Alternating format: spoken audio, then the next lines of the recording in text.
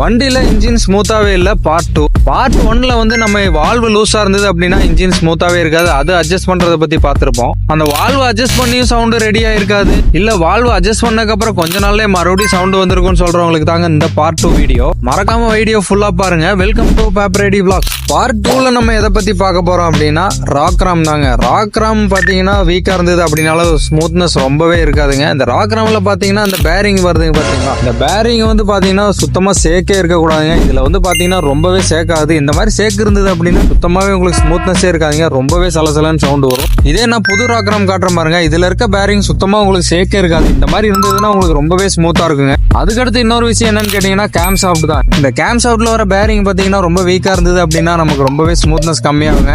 இது வந்து பாத்தீங்கன்னா நமக்கு வீடியோல எல்லாம் பார்த்தா தெரியாதுங்க. நம்ம நார்மலா கையில வந்து ரொட்டேட் பண்ணி ஃபீல் பண்ணி பார்த்தா மட்டும்தான் தெரியும். அதை செக் பண்ணி போயிருந்தது அப்படின்னாலும் மறக்காம மாத்தி விட்டுருங்க. இந்த பார்ட் 1 பார்ட் 2ல சொன்ன விஷயத்த நீங்க பண்ணீங்க அப்படின்னா 100% உங்க வண்டி ரொம்பவே ஸ்மூத்தா இருக்குங்க.